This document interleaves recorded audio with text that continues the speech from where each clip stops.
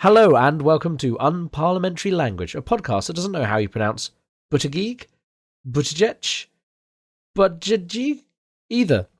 And how are you, Rob? I'm well, thank you. How are you? I'm got a bit of a sniffle. I think I'm fine other than that. However, I've been up into Scotland and almost got caught. Thanks to Storm Kira. In fact, actually, I did get caught up there and have had to miss work to travel down today. But it was a lot better, I think, than travelling yesterday, considering it could have been a 10-hour train. How has the greatest storm of our lifetimes, or maybe possibly the last 4 or 5 years, affected you? All we've had is a knocked over wheelie bin and basically a lost recycling bin as well. No trampolines where I am as well, or none that I've seen. So we haven't had any come our way. I read a tweet this morning that said, no matter how stupid you are, don't worry that you're not as stupid as this Mirror journalist. Because there was a tweet that simply read, child's bouncy pad stops train running, or something like that. It's like, do you not know how to spell trampoline? Were you too embarrassed to ask your editor, so you just said child bouncy pad? Because it's definitely a trampoline on those train tracks. Yeah, we seem to be in like the eye of the storm, but it just means I need to stay inside and play video games. And hey, that's my secret superpower, so I'm fine with that.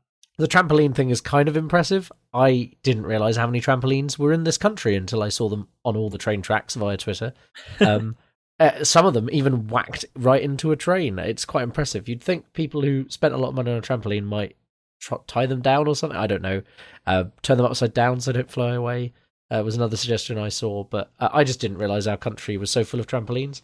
I believe the Daily Mash article was everyone in Britain either loses or gains a trampoline, which sounds about right from what I've seen. Yes, I like that. Yeah. But yeah, no, we've braved the storm. I think that's the worst of it done. Did see a bit of snow on my train journey today, but that was much further north than here, so I think tomorrow's going to be depressingly wet and very British weather. So, shall we move on into the headlines? I don't have a specific headline for tonight, so I suppose I should lead with Adam Hills's beard has been shaved off, and that's obviously the most important thing to happen politically in the last few weeks. Yes, on a slight tangent, I would say that means that the Brexit process is finally done, asterisk, in the fact that we have officially left the EU through our withdrawal agreement. But we've done Brexit. Boris Johnson and the Conservative Party have released a tea towel to that effect. Brexit is done. And it's got Boris Johnson as a cartoon or something. I'll have to find that tweet to throw in the show notes. They did. There's a lot of god-awful Tory merchandise out there.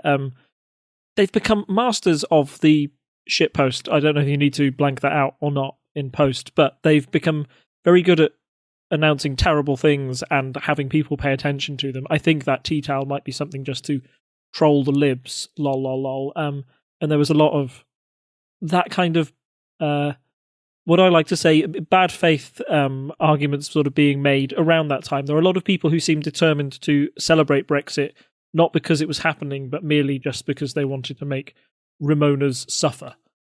I think I'll try and start on the night itself. 11 p.m. January 31st, there was a demonstration held in Parliament Square where Brexiteers celebrated. Meanwhile, those Remainers decided to hold a candlelit vigil and say their goodbyes to the European Union.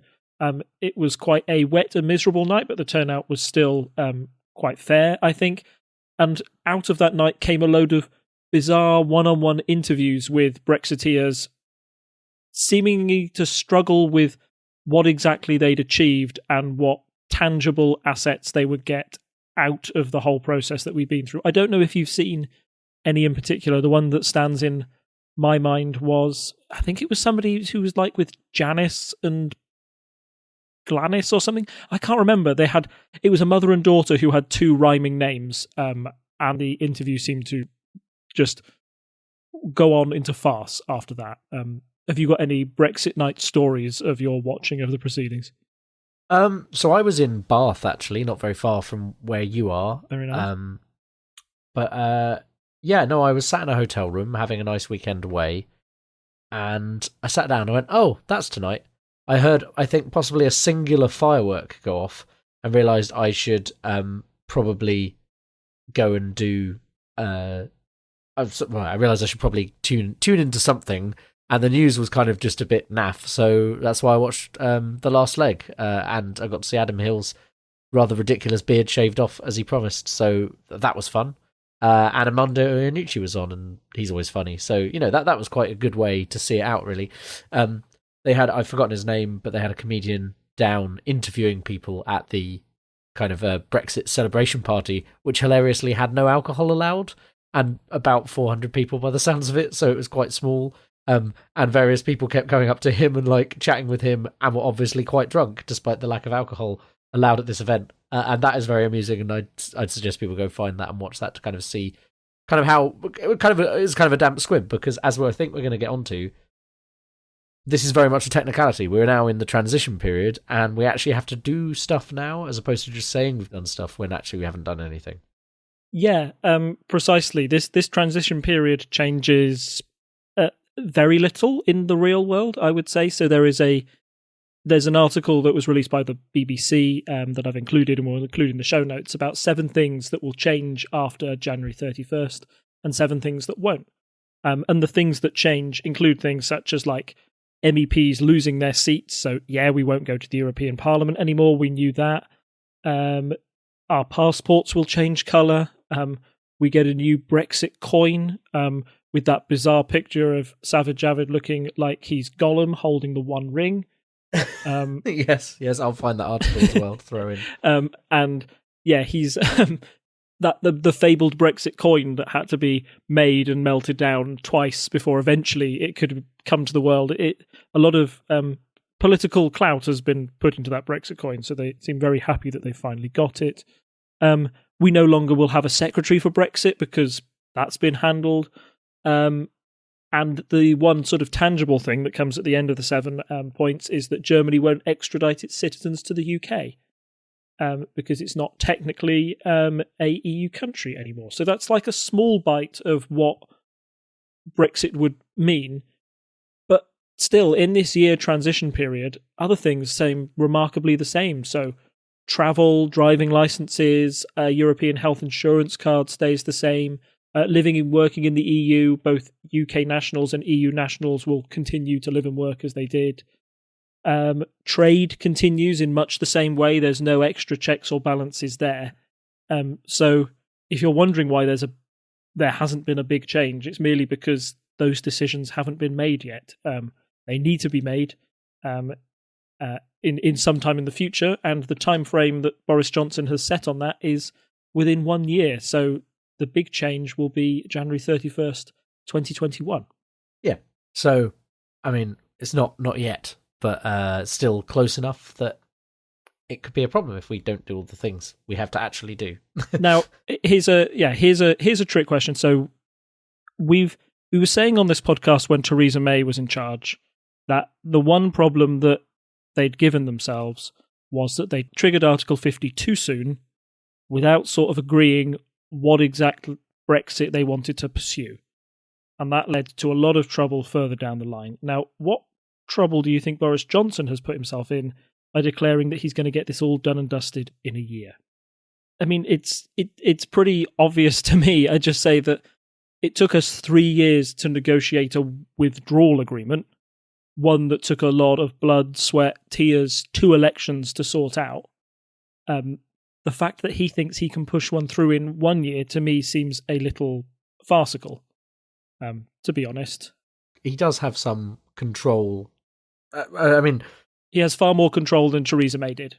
Like, from a UK perspective, he is far more in control and doesn't have to do the parliamentary maths and arithmetic and, keeping all sides happy that May did. But he still has to negotiate with the EU. And as I've said in the past, deals like Canada's deal took 7 years to achieve. And that's something that Boris Johnson has came out and said on February 3rd, pretty much, 3 days after we'd left, saying that, by the way, we've got to negotiate a deal. This isn't over. And I would very much like a Canada-style deal, but I'd like it in a year. If I don't get it, we'd have to go for an Australia-type deal, An Australia type deal is kind of code for we're going to have to do a no-deal Brexit. Yeah, but nobody's saying that anymore because they want to.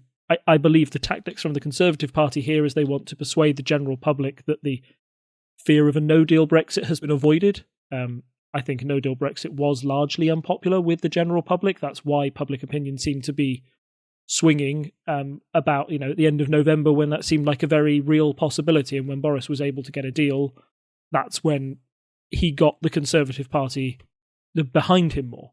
And he was able to trade on that fact that I will get Brexit done, but it won't be as damaging as no deal. If he goes down that line and we're still in this position come like November this year, then we might see public opinion change again. The hard work starts now, basically, and they've got to get it right. And maybe Boris's speech that was quite bullish, I thought, on February the 3rd, where he laid out his claims that, we want our cake and we're going to eat it too, and the EU having to come back and say, you're going to have to make some concessions. I think he feels he can be more bullish because he's got that parliamentary majority behind him. And it's a very different negotiating tactic than the one that Theresa May took on. How successful it is yet to be seen. Yeah.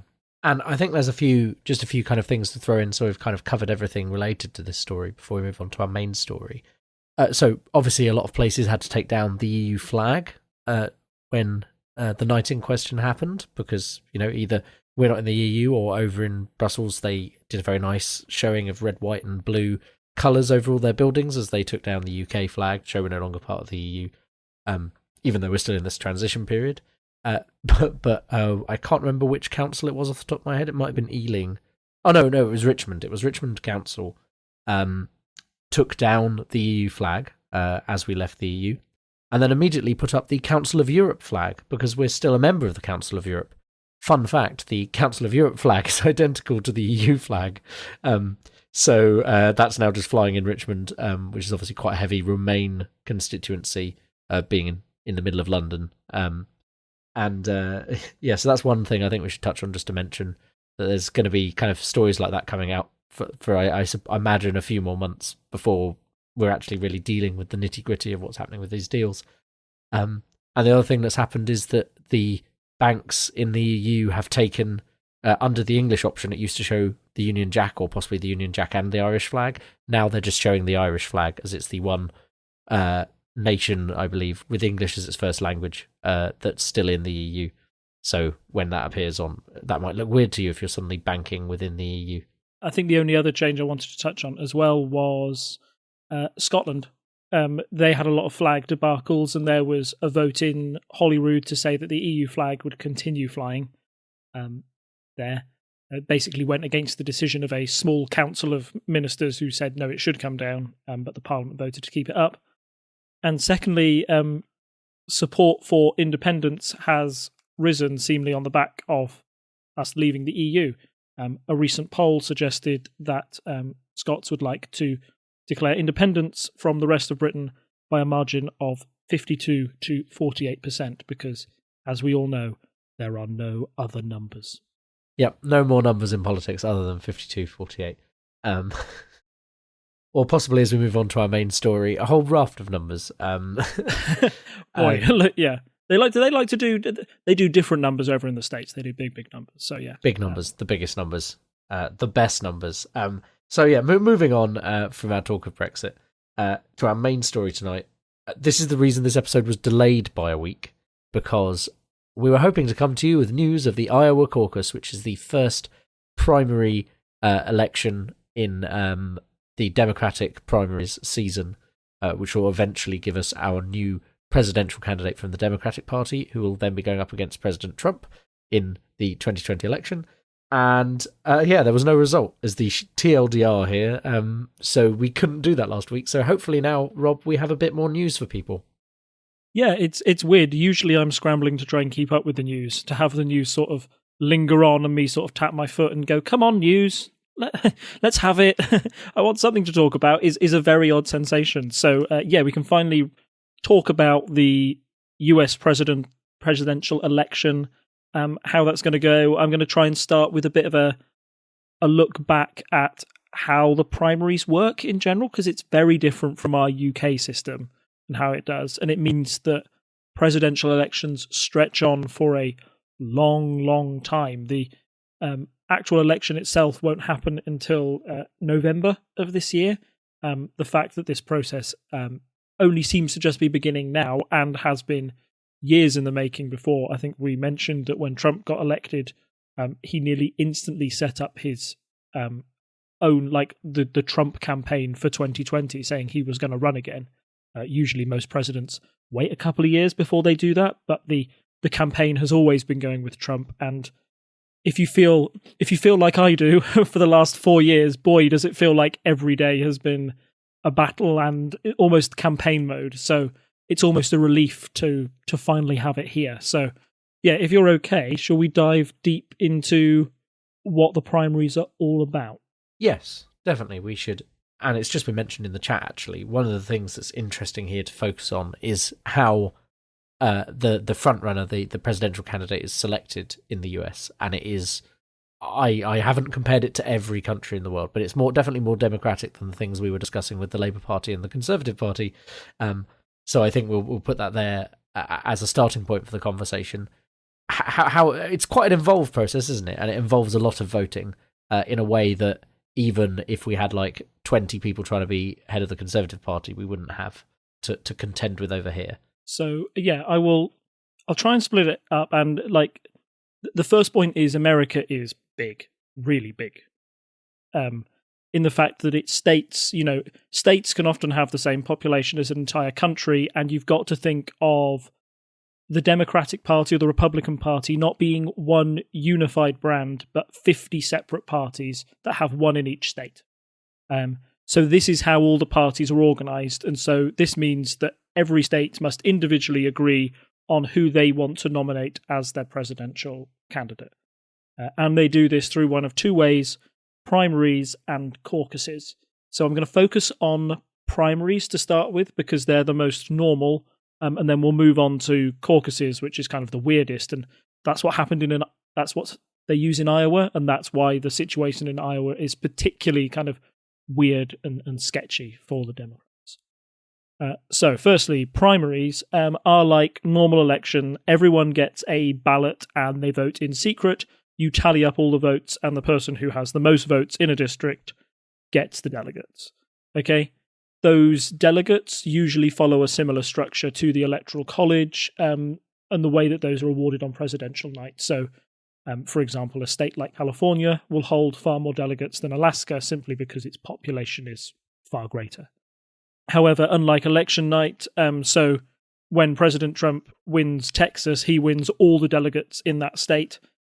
Some states will have different rules about how you divvy those delegates up, so some will award them proportionally, based on the number of votes each got in a district, and others will decide, no, you just won that by 52 to 48%, but here you are, have all 32 delegates or whatever it is for California. Following me so far? Yes, I think I'm following along so far, yes. That's your primary election, standard election. There are two types of primary, so you can have a closed or an open primary. So your closed primary, you have to be a registered member of that party in question in order to vote. So I'm a card-carrying Democrat. That means that I can vote in the Democratic primary. The Republicans would turn me away at the door. That has its benefits because it makes it far more representative of the party faithful as a whole and makes sure that your active members, those who are going to knock on doors and canvass, they're the ones who are going to be most enthused about your eventual presidential candidate. However, it doesn't really favour outsider candidates, or those people who might not feel they're that involved in politics that they didn't vote last time. So, for example, somebody like Bernie Sanders last time in 2016, he was somebody who came from outside of the Democratic Party. He was an independent senator and actually had to become a member of the Democrats in order to be featured on their ballot. He obviously got a lot of support from new members who were excited about the new brand of politics and the way that it could potentially change the Democratic Party. But in closed primaries, he's going to fail to have that effect because those people might be relatively new to politics. They may not have even joined up with the Democrats themselves. They just know that they like Bernie Sanders is a guy. So it does tend to work against that type of candidate. Compare this with open primaries, where anybody from any party or independents, you don't have to be a member of a party, can vote. So this is obviously far more open and gives you a far more, it's probably the most, we were talking in the chat about how the American system is far more democratic than any other in the world when it comes to electing a candidate. In these open primaries, this is incredibly democratic because you're essentially having one chance at voting in your presidential candidate before you get a chance to vote again at the end of 2020 in the real thing. The only potential issue with that is that this is open to corruption in other ways. So you could be a Democrat and think, oh, I really don't want Donald Trump to win his nomination. I'm going to vote for the other guy. I'm going to walk up into an open primary and just cast my vote for the Republican that I think's absolutely rubbish, and gives my Democratic candidate the best chance of winning. There was a feeling that maybe some Democrats were doing this back in 2016, thinking, Donald Trump, he'll never win. If we go against Trump, then he'll, be the easiest one to defeat, and that clearly backfired. So it's a risky tactic, but one that could plausibly be made. So those are the two types of primaries that we've got. Okay, so I think that's quite clear. But yeah, definitely a lot more voting going on compared to, say, a leadership race over here. I suppose moving on from that, what kind of primary did we have at the caucus in Iowa? What does caucus even mean in this context? Because I'm imagining that has other definitions outside of voting specifically in the Democratic elections. Oh, you've caught me on flat-footed here. I haven't looked up. The Oxford English Dictionary describes caucus as. I haven't got that. You can do that if you find it. As a noun, it means in some US states, a meeting at which local members of a political party register their preference among candidates running for office or select delegates to attend a convention. So that's what we have here. It also means a conference of members of a legislative body who belong to a particular party or faction. So you could have a caucus of just Democrats within the House of Representatives to do something like pick their, the minority leader or the leader of the House of Representatives, for example. And it's also, as a verb, to hold or form a legislative caucus, apparently. That's a bad description, to use caucus in your description of caucus. Sorry. Yes. The example text there is Republicans briefly caucused. Again, useless. Yep. Sorry. I blame Google for this. It can also be a group within an organisation or political party which meets independently to discuss strategy or tactics. So that's just, I suppose this is like the old joke about scientists. When they say scientists agree, well, the minimum number for scientists to agree is obviously 2. So as long as I and another fellow scientist say something is true, then scientists agreed. That sounds very much like that. Like, is that just 2 Republicans chatting over lunch? Is that a caucus? It sounds a bit broad, but I assume there's kind of a more specificity than this definition gives us. Okay, so this is definitely that first kind of caucus. Yes, and caucuses are separate from primaries, even in in a legislative sense. So, for example, the next round of voting, I think we go to New Hampshire, and New Hampshire has it written in its legislature that it holds its primary election 2 weeks before any other state in the country. Okay? Which is kind of weird because it would just take another state to say, we're going to hold our primary 2 weeks ahead of yours, and then you could get stuck in a never-ending loop. But the reason Iowa gets away with it is because it's a caucus, not a primary.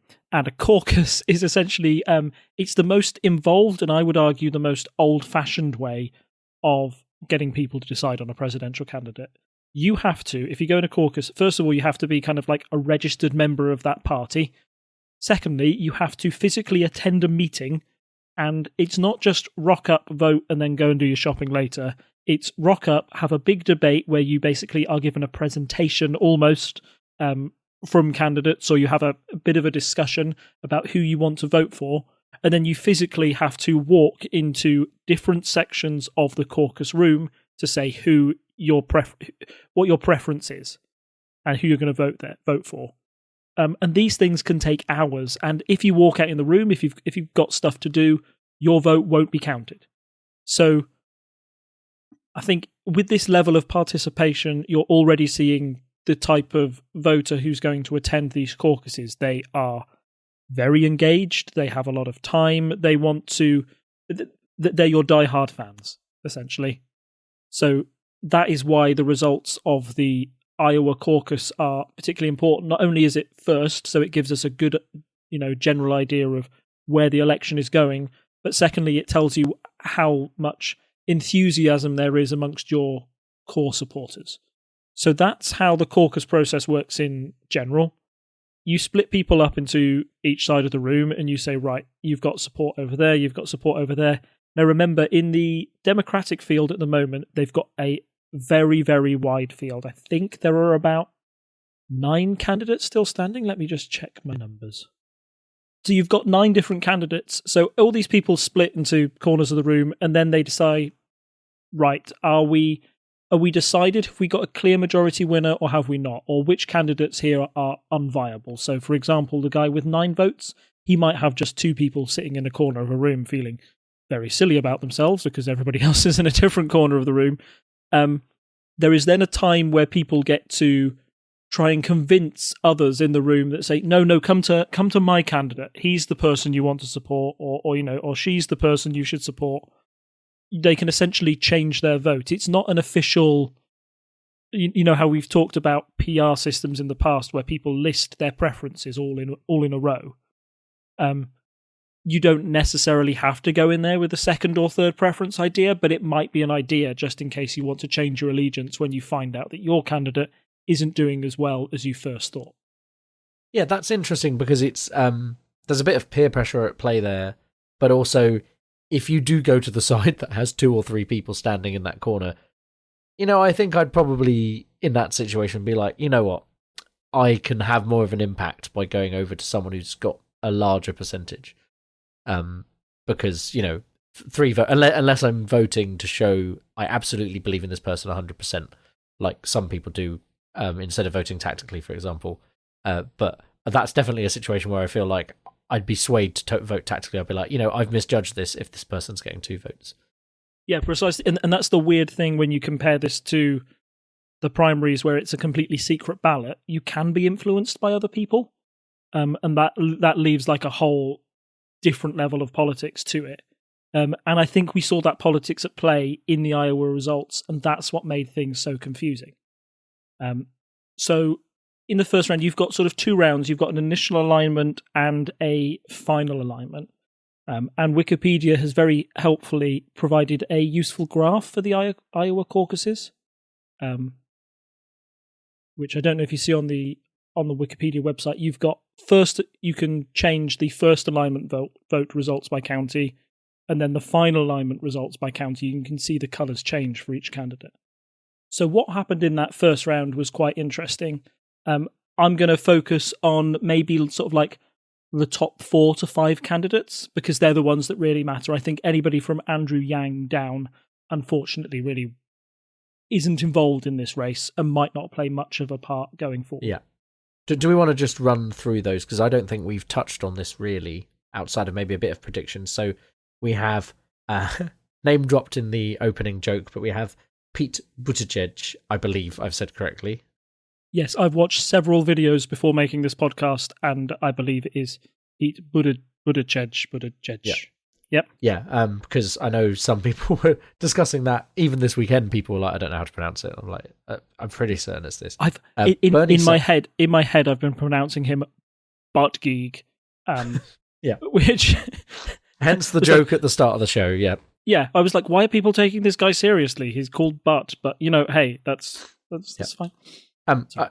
From the chat, actually, a Maltese name. So that's interesting because I think someone had told me it was Czech based, which kind of fit with what how I was pronouncing it, but that's good to know. It's a Maltese name.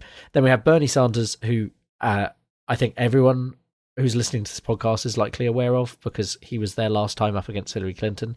You should at least be aware of who he is from that, I would expect, if you've followed the US at all.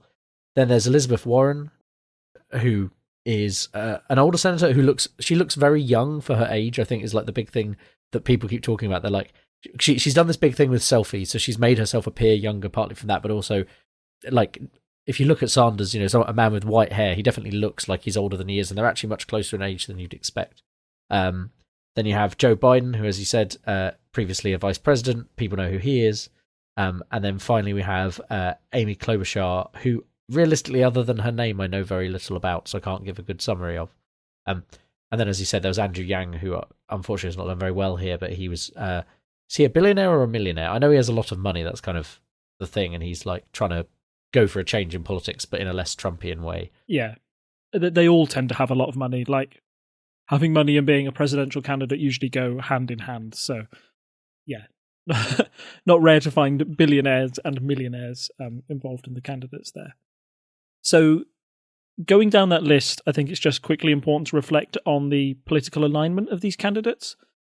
Before any vote took place, in everybody's heads, I think it was a straight fight between Biden and Sanders. At least that's what the initial national polling would suggest.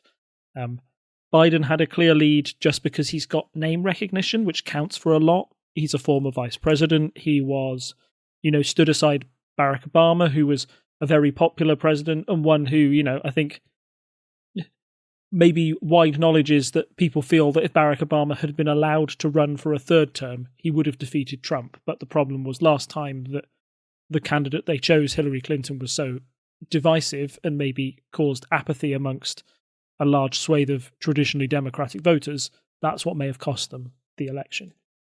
You've then got Bernie Sanders, who was the main combatant to Hillary Clinton last time in 2016, who promised a new type of politics and is firmly on the left of the Democratic Party.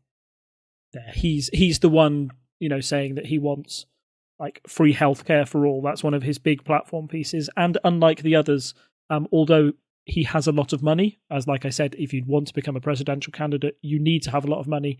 The majority of his campaign is funded by like local crowdfunders. He actively rejects the big donations of billionaires. I think to have one attached to his campaign would be a detriment. He wants to build this big ground movement, and that's where all of his momentum seems to be. You've then got Elizabeth Warren, who is to the left of Joe Biden, but not quite as left as Bernie Sanders. I think she would see herself as the consolidation candidate, as in if Bernie was struggling to get the votes, then she'd hope that Bernie voters would flock to her rather than going to a more central candidate. And then you've got the guy who I will, people have struggled on how to pronounce his name. It's Pete. You've got Pete, who is kind of unapologetically a billionaire and quite a centrist when it comes to Democratic politics. I can't stress that. I say I've looked very deeply into all of their candidates, but that's the impression that I get from all of them. And so there you've got your big four, and how they expected to vote and where they lie. So Joe Biden going into it as a front runner turns up in fourth place, okay, with an initial alignment percentage of 14.9%. Now, it's been said in chat that this year was the first time that once a candidate had at least 15% of the vote, that's locked in. You're not able to move from your corner once your candidate has 15% of the vote. So I imagine in a lot of precincts that Biden was shockingly unable to pass this first threshold. And people who thought, oh my goodness, he's my guy, suddenly got worried, and then they looked for another candidate to flock to. Now, out of the three remaining, I think it's unlikely that those central candidates would have gone for Bernie. He's furthest on the left, and it's very unlikely they would have gone for Warren as well, although some may have come across. So unexpectedly, you see people sort of realigning to Pete. If you have a look at those initial alignment percentages, you'll see that Bernie won the first sort of alignment on 24.7%, and then Pete was in second place, but he had 21.3%. When you move it to the final alignment, Bernie's moved up to 26.5, and Pete has moved up like just under 4 percentage points to 25.1. That's quite the move. And it suggests that Pete was maybe the centrist candidate who was able to take the Biden votes away, and Bernie was really struggling to take them away from the other people who weren't viable. And those who may have moved over in Warren candidate place is they simply couldn't because they already had 15% and they've been locked in. Does that make sense? Yeah, I think the lock-in part is interesting, and probably again, all of these systems have their own set of archaic rules that we've discussed, and this is just one of them. So, I mean, I kind of get the idea, but that could affect the result again, and so it's not as fair as it initially seems. I would suggest if there's a lock-in could affect people's decisions. But then I suppose you, as we mentioned earlier, you have this kind of peer pressure effect, and is that fair? It's just a bit. I haven't really come to terms with it yet because I only fully understood it when you explained it earlier. Just one quick correction: Buttigieg is the only person I think who is not a millionaire in the list of people running.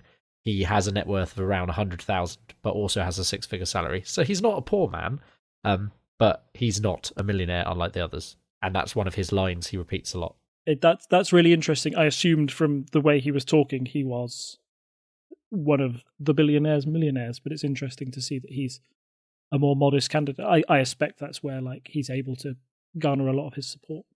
Yeah, and I think the thing is, if the article that said that did point out that because retirement savings and stuff like that are included in your net worth, there are some of these people who are much older than him who it's not surprising that they might sneak into being a millionaire because they're older. Again, that's there's often these kind of blurred lines on that, but on paper he is not a millionaire. It is the only thing I think the important distinction to make there.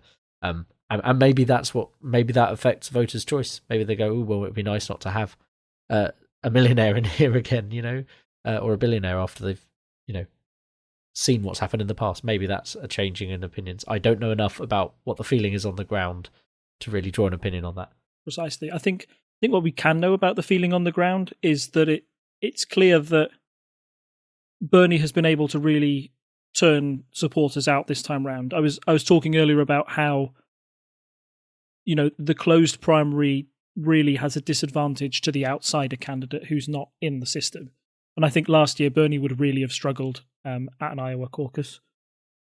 So yeah, last time actually, in fact, let me scratch what I was saying. My theory, Bernie was able to drive Hillary Clinton quite close in Iowa. I think he benefited from it being really a fight between two candidates last time. Yeah, the field felt much narrower. I think we knew there were two main candidates out of the gate almost, whereas this time everyone was kind of like, oh, who's going to do it? Who can get enough votes? Yeah, and this time, it's clear that Sanders has got a very dedicated team behind him that's ready to drive people out to the vote, and he feels that this is his time. The other big takeaway is the underperformance of Joe Biden. It was kind of shocking to a lot of commentators that Biden performed so badly. There are a couple of theories about why this is. Firstly, maybe that his name being brought up in the impeachment trials didn't help at all.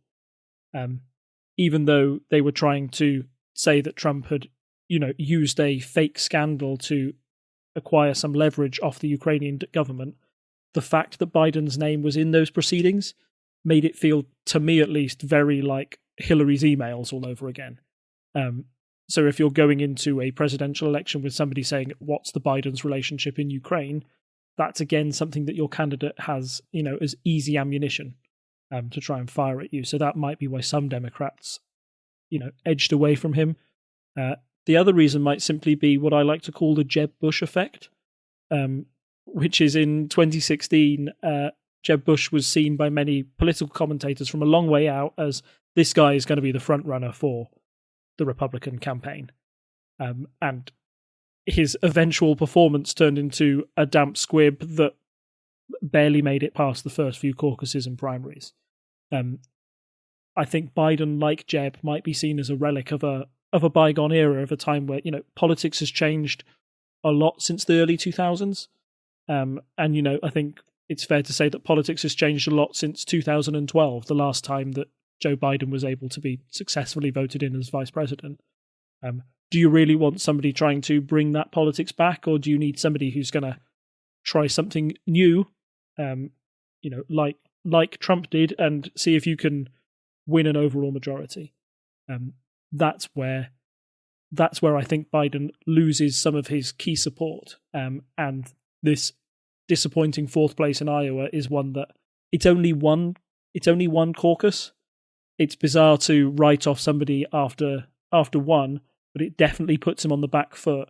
And that's the reason why these caucuses are so important. If you get off to a bad start, it can completely kill your momentum. And going into the next one, you either need a miraculous rise from the dead, or people might be already going, no, I'm sorry, I've got to take my support away from Joe. If I want my moderate candidate to win, I've got to back Pete because he appears to, because he won this time round. So it affects a lot of opinions that way.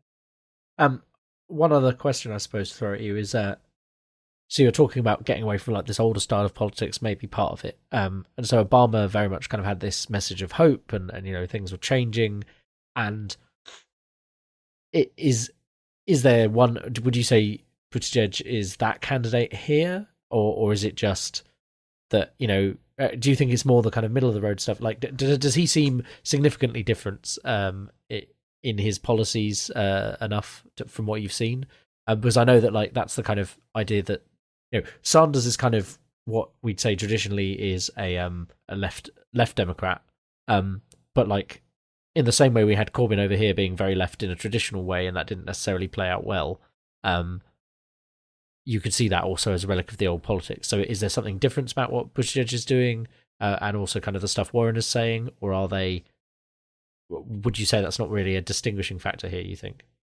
So first of all, I'd like to do some more research. I think I'm going to keep calling him Pete because I don't want to risk it on his last name. I'm very, very sorry.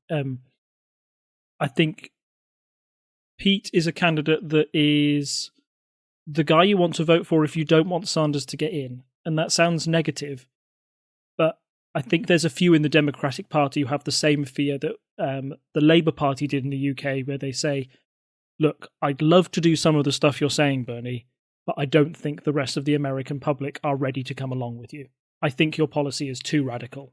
Think of all the times we've tried to get free healthcare to the entire country, and we've been stopped not only by Republicans in Congress, but by several members of our own party from doing that. I think your program of reforms is far too radical. I think that the American public wants a more moderate candidate. That's why you should back Pete and avoid Sanders. Which is similar to what people were saying about Jeremy Corbyn before 2017, when they thought he was going to leave the Labour Party to rack and ruin. And then, surprisingly, in 2017, he got a result that proved everybody wrong. Now, of course, that soured in 2019, and it's foolish to try and compare politics between two different nations where, there's a variety of other factors going on. That being said, I do think that some in the Democratic Party are cautious of how radical Bernie is and will want anybody other than Bernie candidate to support. We saw that last time in 2016 amongst the Republicans, where you had the anyone but Trump. Trump was this big juggernaut coming up on the outside that nobody had predicted it would do well. And you had a very crowded central field who was all of a sudden trying to struggle to find their central candidate to keep everybody in line. This may be the case with the Democrats now. I think Bernie benefits from having such a wide field, which means that he can pick off centrist candidates one by one to his advantage. For example, if Bernie succeeds in eliminating Biden early from this race, then the Biden supporters have to make the decision, do they go Warren or do they go Pete? And if they decide to go one of those, if they decide to go Warren, then it's not so much of a step between Warren and Bernie. And there's already calls on Twitter for Bernie supporters to say, hey, if you supported Warren, that's fine and I respect you, but look, if she's starting to come third in places, do consider supporting our team. We're going to get a lot of the stuff she said done, and she'll certainly be better than Pete, who's far more centrist than the rest of them. So, this big battle for the soul of the Democratic Party and where it lies is, kind of in this Democratic caucus. And I think that going back to your original question, Pete is merely representing the establishment and what happened last time, and the fear amongst Democrats is that we tried this once before. We tried to run an establishment candidate against Trump, and it failed diabolically. It failed dismally. There was a rumor going round after the election. I don't know if you saw it. It was sort of perpetrated by Bernie supporters, or some bit of research that said, "Hey, if Bernie had gone against Trump, Bernie would have won." Yeah, I saw a lot of that talk in the wake of the election. The theory was that Bernie Sanders is able to talk to those people who weren't previously engaged in politics, much like Trump was able to talk to those Republicans who weren't engaged before. And that swell, and maybe his support, particularly in those states that were crucial to Trump winning, those sort of Midwestern states, Bernie could have turned those around and won the election for them. That may be the strategy they're going for now, but it looks like it's going to be a long, bruising fight, and until we've lost more candidates, it will be hard to know exactly where the Democratic base lies and who they want as their leader to go against Donald. There was also I've just seen posted that on 538, the current odds suggest that no one has the second highest odds after Sanders. Although, again, like 538 is very good at updating its numbers as things happen, and so that they'll be trying to make a picture based on ideas about all the different states. And this, as we said, is just one state. There's a lot of things that are different about Iowa to some of the others. It's a very white state, for example, can affect how it votes. So this definitely isn't the final picture. There's definitely a fairly long process to go, I think. When do you happen to know when we knew for certain Clinton was going to win? Because I think that race was quite close. I don't know if this race is going to be less close just because there's a wider field and it will suddenly narrow, or if it will be as close to the wire as that felt from over here anyway. So that's a good point, and I'm really glad you mentioned it, because it picks up on one of the things I was going to say that's different about this Democratic election than there was in 2016. So Bernie famously took the fight all the way to the Democratic convention, refused to back down, essentially, even when it was looking clear that he wouldn't win through the traditional way of the primary and caucuses elections. Because I don't know if you remember, during the time there was this huge scandal about the Democratic superdelegates. Oh, yes. No, I remember that. I remember the basics, but maybe we should fill in the listeners. Yeah, so super quickly, superdelegates are essentially members of the Democratic Convention, or sort of senators and House representatives who get a vote that is essentially the equivalent to one delegate from a state. So you could win the whole of California with 32 votes, but it would only take 32 senators to vote against that person to completely nullify that victory, which seems very undemocratic on the surface of it. The reason they have superdelegates is to try and balance the power of the public and the party, so it would kind of stop the public voting in a candidate that the rest of the party absolutely hated. See Trump circa 2016. That was why there were rumours in 2016 at the Republican National Convention that a lot of people might just refuse to anoint President Trump as the winner, and there were various scenarios suggested that subterfuge on the day, people could stop it and they could announce an emergency candidate and they could nominate Mike Pence but not have Trump, or this, that, and the other. So back in 2016, they had lots of superdelegates that were all expected to back Hillary Clinton, and some news outlets were showing Hillary Clinton with a lead that also included her expected superdelegate count, which made it look like she had a massive lead, when in fact the Democratic primaries and caucuses had been far, far closer. So to avoid that controversy this time round, they've done away with superdelegates in one sense. So they will rely on the entire nomination proceeding being on... they will rely the entire proceedings on what the public vote is. And then if there is a tie or if it's very close, that's when superdelegates will come into play. So they're more of a tiebreaker rather than something that can influence the vote. I do agree that back in 2016, Hillary Clinton did have a massive lead over Bernie in terms of the number of votes passed. but it was very bad optics for the Democratic Party to have those superdelegates included, and to see that so many were behind Clinton made it appear that it was a coronation and not a democratic process going on. There was a lot of controversy around the way things were handled back in 2016, and it was a really damaging, it was, in my opinion, a really damaging and bruising primary contest that probably did affect Hillary in the long run.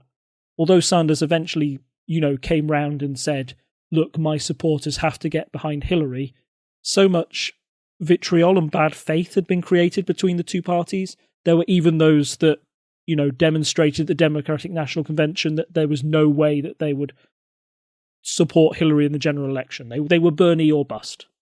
That was a phrase that was used a lot at the time. And I think you still see the ripples of that, because you hear people talking about Bernie supporters as that they're talking about that group of very angry people who went and were at that convention. And I've definitely seen it in kind of discourse online that people kind of dismiss Bernie supporters. They're like, actually, I quite like what Bernie's saying, but I'm not a massive fan of his supporters. And we had similar things over here with Corbyn, like, oh, well, actually, what Corbyn's saying seems quite sensible, but we don't like people in momentum, was often a thing I saw being said. So, yeah, that kind of effect can affect things, people's view on things even now. Yes, and has it, particularly amongst the big party faithful. We saw in Iowa that very few people came over to Sanders compared to Pete. Is that just because Biden was the one losing out and not meeting the threshold, so more people went to their political their political home, that they're the one that they felt most politically comfortable with? Or is it because there is a genuine divide in the party that, there's, Bernie has a great core support, but there's no way that I'm ever going to vote for him if I really don't like him? How divisive is he within the Democratic Party? If he is to win, I mean, he is the favourite at the moment, so we have to take it as, a big possibility at that stage. How can Sanders unite the party in a presidential election? Is the next big question. That will, we're a long way away from it, but maybe his tone will change as the primaries go on and he's able to convince more people to come over to his side. That's something that's yet to be said. There's one last thing we haven't touched on, which is kind of the reason why the vote was delayed, or why it took so long. We alluded to that. We mentioned that there was a delay. We didn't mention that at all. And in fact, I think describing the voting process may make it easier to understand this story, because I just heard that the key part here was that an app had broken. So I had assumed they'd actually been using electronic voting, which is not the case at all. This app is specifically the app they were using to send kind of the information back to Democratic headquarters. Yes. So, and that is the information that was, who's switching from which corner to the other corner, and who's won in the, what are the results of the first instance and what's the result of the second instance when everybody's sort of like settled out. You've got this juxtaposition of a very old-fashioned, clunky voting system matched with a high-tech app that just sort of seemed to crack under the pressure of sending all these votes into one place. And it led to a very confused picture. Pete declared victory on the night out of nowhere, which seemed to shock a lot of people because he was in fourth place before this. So for him to come out and say, I've won, was odd and made people sort of doubt the process, particularly when you've got Bernie supporters saying, oh no, hold on, from our personal numbers, we think that Bernie won the round. And when you look at the results, you can see that Bernie was in the lead in the first instance by quite some way, and even and to make things even more confusing, even after the final alignment, Pete was able to win the most amount of pledged National Convention delegates because he won the votes in the right places, but Bernie had the greatest number of votes, over 2,500 more than Pete. So you can see why you had two camps both claiming victory, and without the final data to prove it in what is a very close and very complicated race, it just muddled the picture. And it made the Democrats look really bad. I think in a week in which President Trump got acquitted in his impeachment trial, we haven't touched on this much, basically because it was kind of a foregone conclusion that most senators would vote along party lines and Trump wouldn't get thrown out.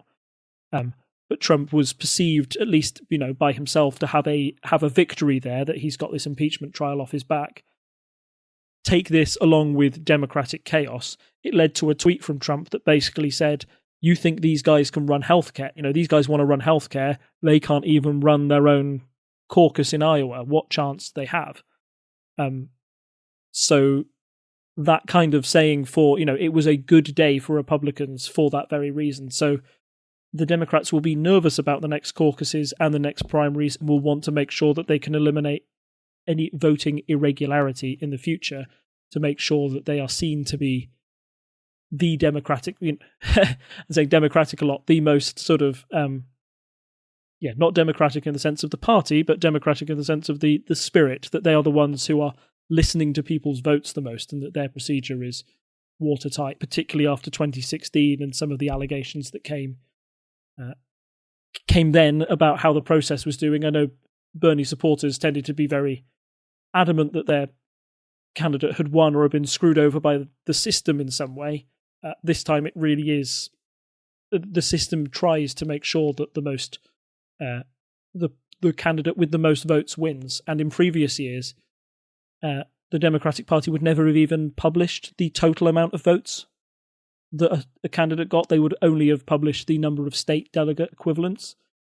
So to have that information posted and shown that Bernie did get more votes than Pete, again, there'd be a couple of question marks about how fair is a voting system, really, if you can get the most votes but get too few of delegates than the other guy. It means that Bernie supporters will certainly be fired up going into New Hampshire. But that is good practice for how the Electoral College works, so you never know. Maybe both systems need changing, but that's not our thing to talk about. I suppose that's more of that's for the Americans themselves to sort out. But I know that's the thing people raise whenever things like this happen. You're like, really, the person with the most votes should win. The other thing I just wanted to touch on there was talking about, as you say, they both announcing we've won. It's very interesting taking this view, the longer view we try and take on this podcast, where we talk about things a little after they've happened as opposed to right in the middle when it can sometimes be confusing. On that night, everyone was like, oh, well, Buttigieg what a terrible mistake he's made, going out and saying he's won when there's no result and all of this.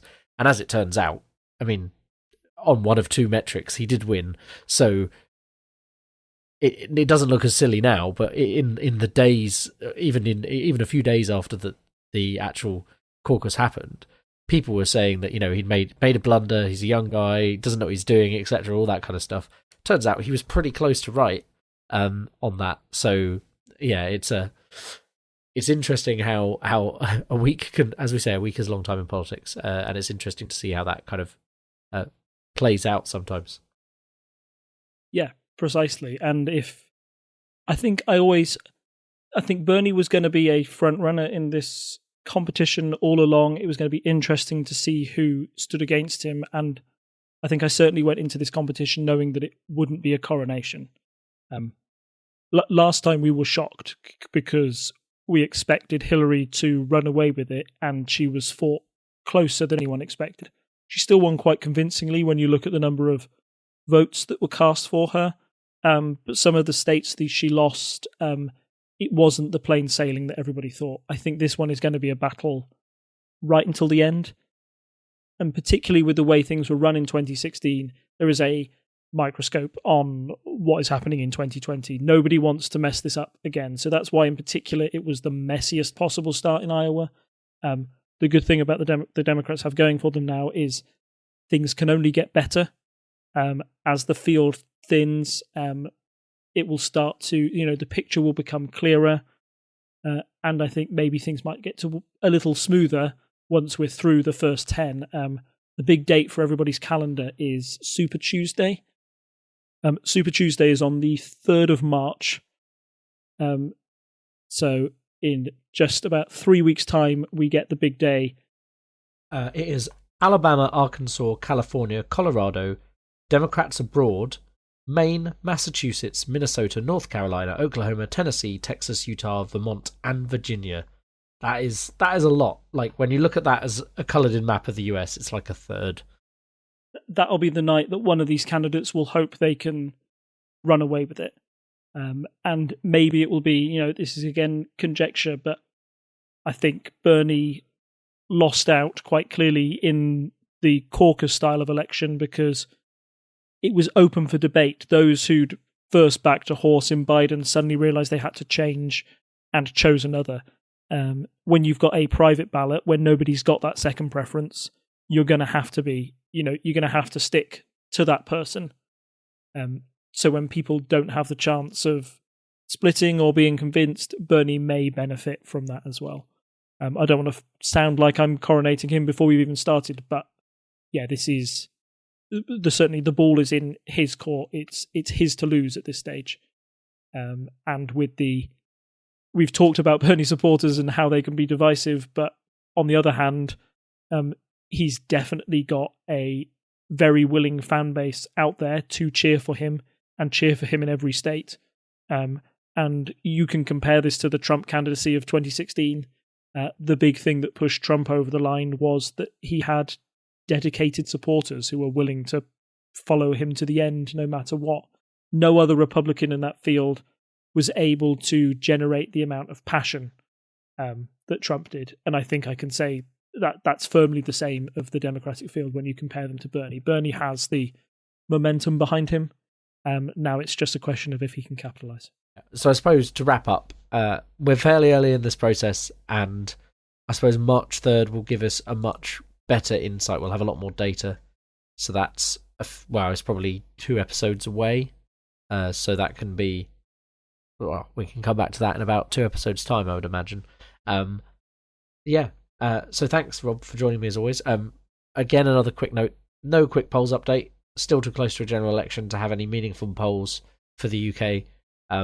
I think, as we said, we're going to focus more on the outcomes of that general election via what's happening. What I quickly wanted to do was just change our quick polls update for the next few months to the 538 website. And that's a good idea, yeah. Yeah, their polling of the US election, or particularly, I think we'll just focus on the Democrats, although it's been posted in chat and mentioned. I just wanted to point out 2 things that I thought were weird about the whole process. So do we want to have a look at, do you want the national polls? So yeah, so there are 2 that I've got. So give me the Democrat one that we've got. Who's likely? This is the Democrat national polls. So who will win the 2020 Democratic primary? Yeah, so in order at the moment, there's Biden on 22.2%, Sanders on 22.1%. Biden has had a bit of a drop there, presumably following the Iowa results. Sanders has had a tiny boost. Then you have Warren, who hasn't really changed at 13.3%. Bloomberg on 11.8%, and Buttigieg on 8.8%, which is interesting considering Bloomberg got like nothing in the Iowa votes. But we'll see how that plays out. Yeah, I think in that instance, Bloomberg is a figure who's noticed, who has a name that you recognise, so he's likely to be picked up in national polls. Again, Buttigieg is somebody who would be a relative outsider, and it might be that he made his name in this Iowa caucus, so he might go up the rankings a lot. But I doubt that Biden will keep that position. Looking at their sort of polls tracker, the one that we mentioned earlier, the latest odds, I've got Sanders on 46% and no one on 24%. Biden's still in third, but his star has fallen somewhat since the results of Iowa, which suggests that, his campaign may be in freefall at the moment, and the rest will be struggling to pick up.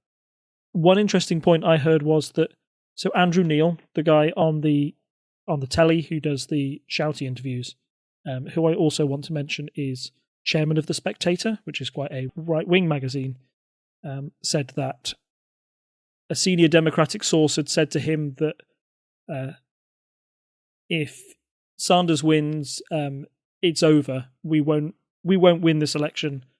We need the we need the economy to tank between now and November, or we don't stand a chance. Which I thought, oh, okay, that's quite shocking. Let's just have a look at the national generic ballot in general, seeing where people lie on, do they like the Republicans or the Democrats? So with somebody saying that, I would expect the Democrats and the Republicans to be really close in the generic ballot. Like, the results since January 27th to February 4th have had the Democrats up by about 6 to 7 points. The Democrats are on 48%, the Republicans 41%, which to me seems absolutely bizarre given the narrative that's portrayed in the media, or certainly how it was in my head. In my head, it was like a bit doom and gloom, like, oh, probably Trump's going to win again, and there's nothing we can do to stop it because the Democrats are messing this up again. We'll sleepwalk into another 4 years of Trump presidency, which was what was in my head. And for that to happen, I thought that the Democratic and Republican general ballots would be quite close. But to see it that far apart is shocking to me. And I don't know if those things are likely to tighten. You know, polls do tend to tighten as you get closer to polling day. But as a snapshot from far out, I'm not quite sure why the Democrats aren't feeling more bullish about their chances in this presidential election. Do you happen to know if there's a difference between Democrats and Republicans on how many voters, like what percentage of registered voters actually go out and vote? Because all of those polls, from what I can see, are based on registered voters as opposed to likely voters, which is also available in the key. So it could be that maybe there's an expectation that less Democrats actually go out and vote. I don't know if that's true. It's possible. And last time, one of the big factors in 2016 was the amount of registered voters that actually turned out. One of the reasons that Hillary lost was she failed to get out the vote that Obama did, particularly amongst Black Americans. I know that on the eve of the forecast, a number of websites basically said, look, if these people turn out, we'll be fine. If these people don't turn out, then Trump's going to win. And those people didn't turn out. They were turned off by the Hillary scandals, or for whatever reason, Hillary didn't garner the same report amongst the same sort of coalition of Democrats that Obama did. And Trump was equally able to awaken a new brand of voter in, a person who had felt alienated from the system for years and years, finally found someone in Trump who they thought could get things done, drain the swamp, build a wall, etc., etc. So there was that unique cocktail of things. Going into this election, I feel that more of those Trump voters will now be registered voters. So he's already got his people. Now we're back to seeing if those people that didn't vote last time, Democrat, if they come back. So I actually think that's like an advantage for the Democrats, that they might have, more people to add to that bucket than the Republicans do this time. But we'll have to see. So, I mean, people who did not like Trump, but then thought, oh, well, Trump would possibly win, and then have suddenly decided to register in the wake of that, perhaps. Yes. But we'll have to see where we stand later on in the election cycle. I think it's probably too early to call at this point. So, we've done that. We've done a quick polls update, but on the US polls. I mean, again, I'd like to apologise for what my voice has been like this evening, still suffering with a bit of a cold. I hope that hasn't put people off too much. I think, as always, it's nice to take a bit of a jump away from Brexit, even if Brexit is still kind of touching into the headlines, and look at something else for a bit. As always, you can find us in all of the usual places. You can find us at parliamentary.observer. You can find us on Reddit at /r/unparliamentary. You can find us on Facebook as Unparliamentary Language, and you can find us on Twitter and Instagram at unparlpodcast. If you like what we're doing here with all the different shows at TTSS, feel free to throw some money our way over on patreon.com/TTSS. One thing I'm working on at the moment, I've got someone who's been working on some new shiny logos for us. Probably hasn't escaped people's notice that Burko's gone, so maybe our Burko-centric UL logo needs a change. But I've got someone who's working on a number of different logos. We're trying to unify all the TTSS podcasts with like a set of kind of similar logos, which should be interesting. You'll see that appear in your feed at some point. That's one of the kind of things we can do with this. And again, being able to send out microphones to the other hosts to improve audio quality, stuff like that has all been very good. And also just keeping the website ticking along. So feel free to pop over there. And you can also find a Discord link in our show notes where you can listen to us recording the shows live. And we always have some people in the chat So that's always fun. I suppose other than that, there's not much for me to say right now, other than it's good night from me. And it's good night from him. Bye. Bye. Bye. Bye. Bye.